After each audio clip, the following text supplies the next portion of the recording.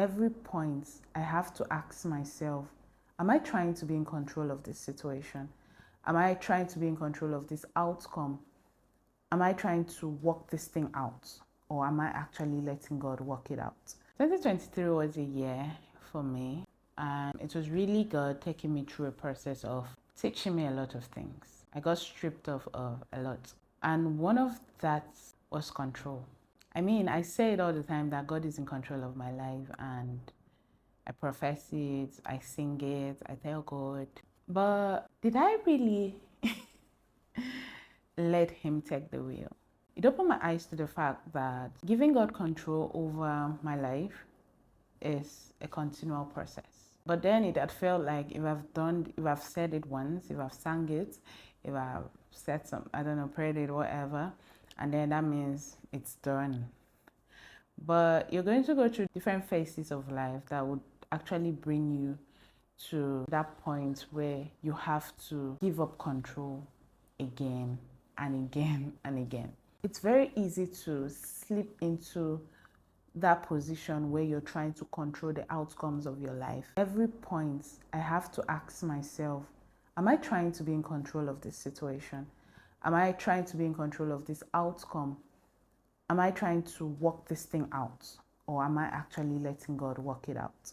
Do we ever get to that point where you're very conscious of God is in control and you don't ever step in? I don't know.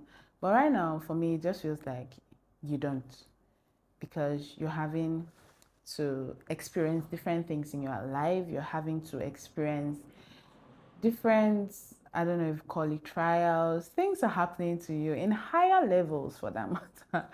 And so when all of those things happen, it means that you need to have a higher level of letting go, of allowing God do what He says He would do. God said He would do it. I don't know how.